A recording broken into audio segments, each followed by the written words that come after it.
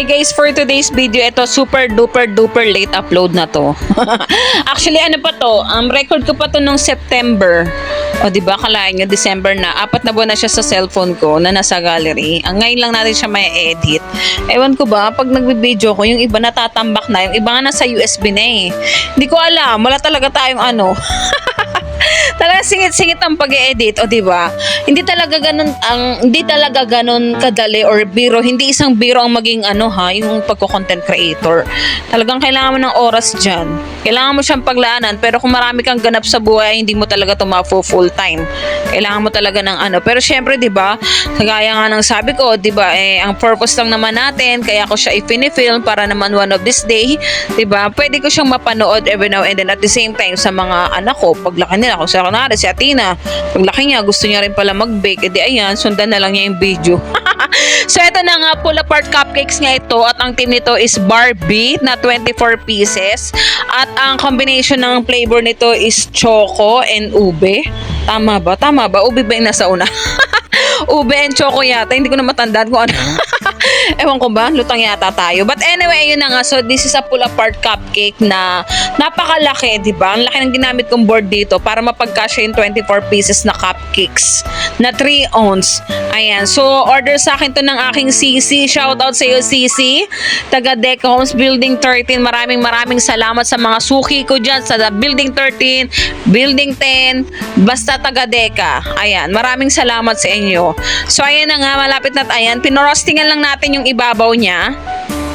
Actually, yung mga gantong pull apart cupcake, ideal to sa mga party sa school, sa mga, basta lahat naman, pwede siyang yung ayaw mo na maghiwa, diretso kagat na lang. O yun, diba? So, ayan na nga, frostingan lang natin siya at lagyan lang natin siya ng border. Ginaya lang natin yung nasa inspo ni client. So, hindi man siya ganun ka 100%, at least yung may pagkaano pa rin, diba? Hindi nalalayo. Wag naman yung sobrang layo, diba? So, ayan nga, frosting lang natin siya ng whipping cream. Syempre, yan na kasi mga bagay sa mga Choco Moist whipping cream. Gaya nga ng sabi ko sa inyo, every cake base or flavor ay may binabagayang icing. Ayan. So, kung akong tatanungin nyo, mas feel ko, ako prefer ko on myself po. Syempre, kanya-kanya naman tayo.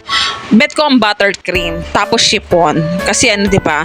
Pero kapag ka black forest cake, syempre, moist chocolate yan, syempre, whipping cream ang bagay dyan. Pero kung carrot cake, red velvet cake, it's either cream cheese frosting or buttercream. So, kanya-kanya talaga binabagayan ng bawat cake natin.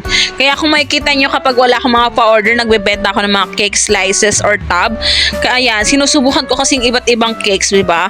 Para naman, hindi lang tayo nakatutok sa isang produkto. Kailangan i-enhance din natin yung mga kaya natin pang gawin, di ba? So yun lang, syempre pag wala tayong pa-order, kailangan kumita. Hindi magbenta tayo ng mga pwedeng mga individual cakes na pang solo cakes, mga slice cakes, yung mga ganun, yung mga bento cakes. Yan, lagi talaga akong ganun. Kasi hindi pwedeng wala akong kikitain sa isang araw. Kasi naman, marami tayong bayarin.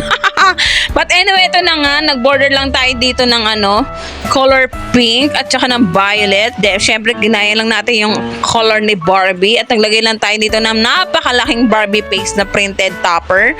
Ayan, so pakita ko lang sa inyo, ganyan lang siya naman siya. Diba, nababakal na tayo.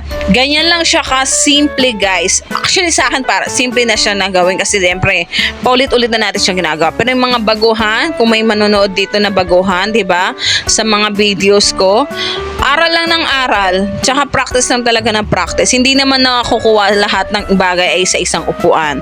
Practice lang talaga, at tsaka yung mahal mo yung ginagawa mo, gusto mo yung ginagawa mo, lahat ng bagay magiging simple at madali para sa'yo. Lagyan mo lang yan ng dedication at pagmamahal, at syempre, samahan ng pagdarasal. Pero syempre, may mga bagay talaga kapag hindi para sa'yo, kunwari itong pagbibake, kahit bake ka ng bake, lagi ka talagang pe-failure, parang hindi talaga yan para sa'yo. May ganun talaga. Pero kung may tendency na, baka hindi ka talaga sa baking. Kaya yung iba sumusuko sa baking na totoo lang. Kasi talagang hindi to basta-basta. Hindi siya basta-basta. 'Diba? Talagang lalaanan mo siya ng oras, passion at dedication talaga. So yun lang, ito na ang ating final look. Thank you so much again, Sisi, for trusting cakes ni Lay at iba pa. Maraming salamat. After nito, siya rin yung umorder sa akin nung may rainbow style na cake niya. Talaga maraming colors. Ayan. So maraming salamat. God bless everyone. Keep on, keep watching Cakes ni Lay's videos. Bye-bye.